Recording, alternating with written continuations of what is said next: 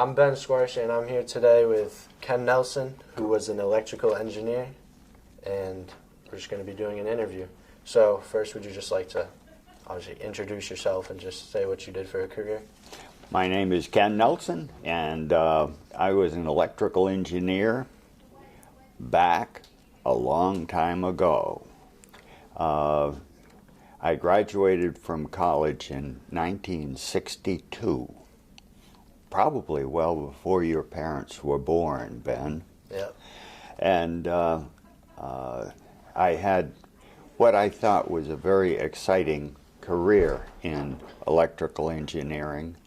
And as we get into our discussion, I will explain how that took place.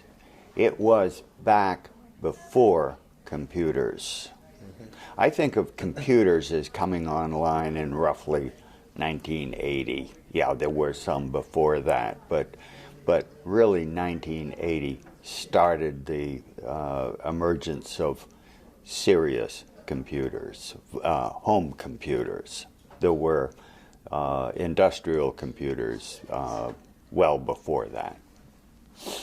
So if we were just going to take it back to like the 1960s and kind of where it all started, so where did you end up going to school, and what did you actually study, and like how did you go about that since there was no technology? I went to the University of Maine. Now, the University of Maine in those days had a very exceptional electrical engineering program. Just happened to be stashed up in Orono, Maine, and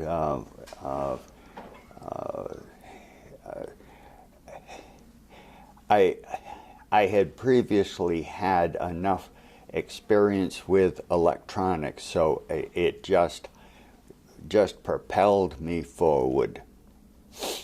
What like exact electronics kind of motivated you to like pursue that career, and how might someone with similar interests want to like pursue that career? Now, my interest, it actually started with the Boy Scouts. In order to get my first class rating in Boy Scouts, I had to learn the Morse code. As I learned it, I realized, gee, I'd seen that in a book that I had inherited from my grandfather, who was an amateur radio operator back in the 1920s. And I pulled out that book on amateur radio. We call it ham radio. And found some interesting articles in there. I was basically 12, 13 years old, something like that. And I got very interested in amateur radio, which involved either purchasing or building transmitters and receivers, and by 1955 had an amateur radio license, which was issued by the Federal Communications Commission, and just got very involved in amateur radio. Led to, at that time, each commercial radio station had to have an engineer on duty all the time. That was every AM station, every TV station had to have an engineer on duty. So I got licensed and worked my junior and senior year of high school as one of the operators at an engineer at the transmitter of a local radio station in Augusta, Maine. And going into electrical engineering was a slam dunk for me. I just almost couldn't not do it. Mm-hmm. So what exact companies did you work for, and now kind of getting into it? Like, what was your main job? When I graduated from the University of Maine, I went to work for the Foxborough Company in Foxborough, Massachusetts. There were very few jobs in Maine. I would have enjoyed staying in Maine, but to pursue my career, I really had to leave Maine. Now, the Foxborough Company made industrial instrumentation.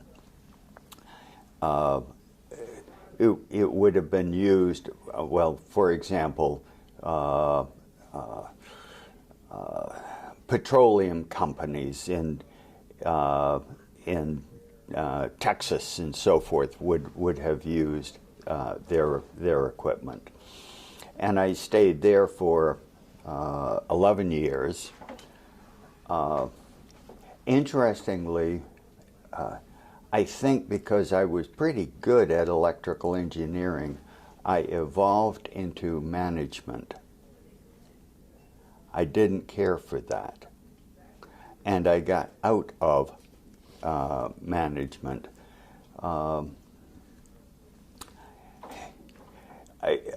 I think it's fairly common in the industrial world to quickly rise to your level of incompetence.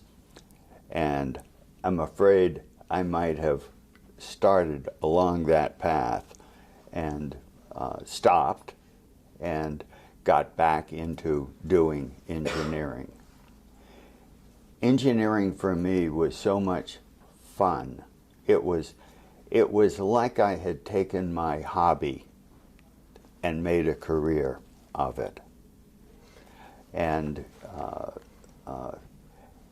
anyone who can do that, anyone who can take something that they're personally excited about and build a career around it, they may find they'll never work a day in their life. They will enjoy their work. Mm-hmm. So do you think that's probably the most rewarding part of your job, if you were to look back at it? Absolutely.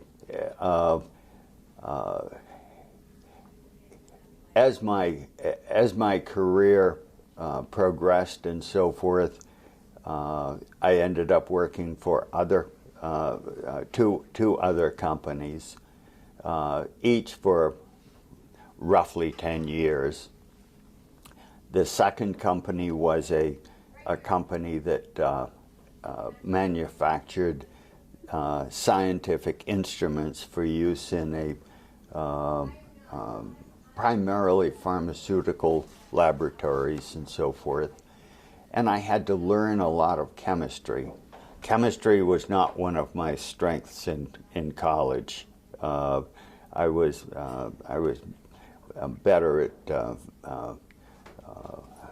physics and mathematics and so forth. Chemistry, there were just so many exceptions to everything. I had trouble keeping those things straight. Mm-hmm. And then my third job was working for a company that manufactured robotics for automating some of the processes that a chemist goes through in a laboratory in doing an analysis of things. From the second company that made the measuring instruments, we learned that a lot of times things that went wrong in a laboratory were caused by people forgetting things or getting caught in the mundane operations and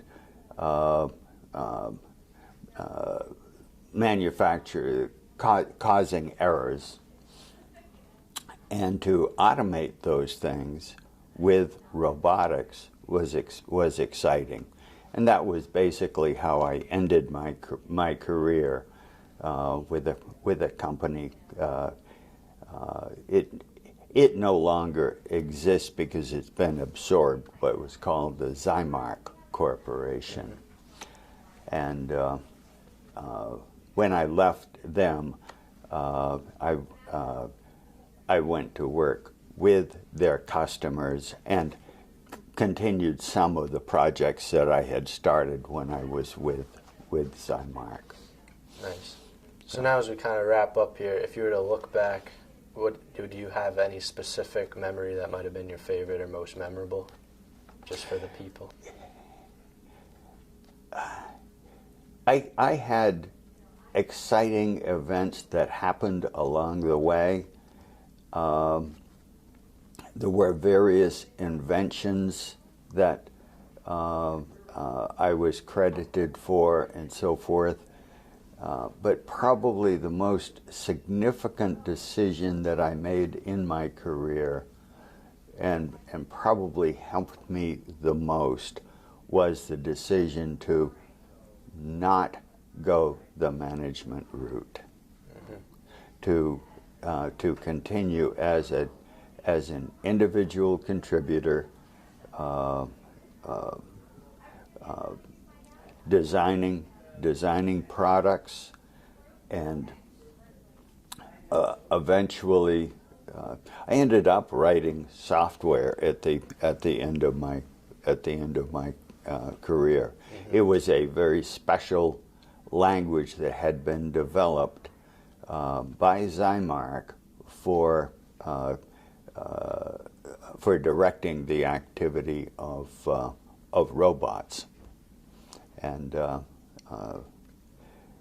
that was a very specialized language, and that was how it ended up. So just being able to stick to your passion and just kind of develop everything like you wanted. Yeah, that's great.